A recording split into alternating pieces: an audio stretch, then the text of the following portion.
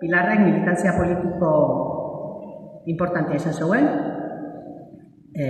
LKI, trotskista izan zen, feminismoan oso emakume konprometitua izan zen, eta gero baditu beste arlo batzuk oso importantiak, adibidez, liburu dendaren sasoian ibili izan.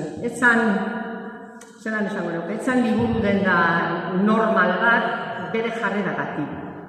Hemen aitamen txiki bat egitea gure dut, arrasateko moduko errixen dela 40 urte, 60 urte, denda txikixak eukizorien importantzia emakume eskontzako. Ultramarino denekin, nahi? Egisa da, kontrol sozial izugarrixe ikena bera. Hili batin, eskondu, hili batin, ez dagoen eskondu. Ikusikuna eta besti ez kontrol potenti egiten zegoen. Baina aldi berean, emakume eskontzako oso lagun berrizia. Ezin dugu astu arrasate langile herri bat zala, eta familiak ume ugari eta diru urri.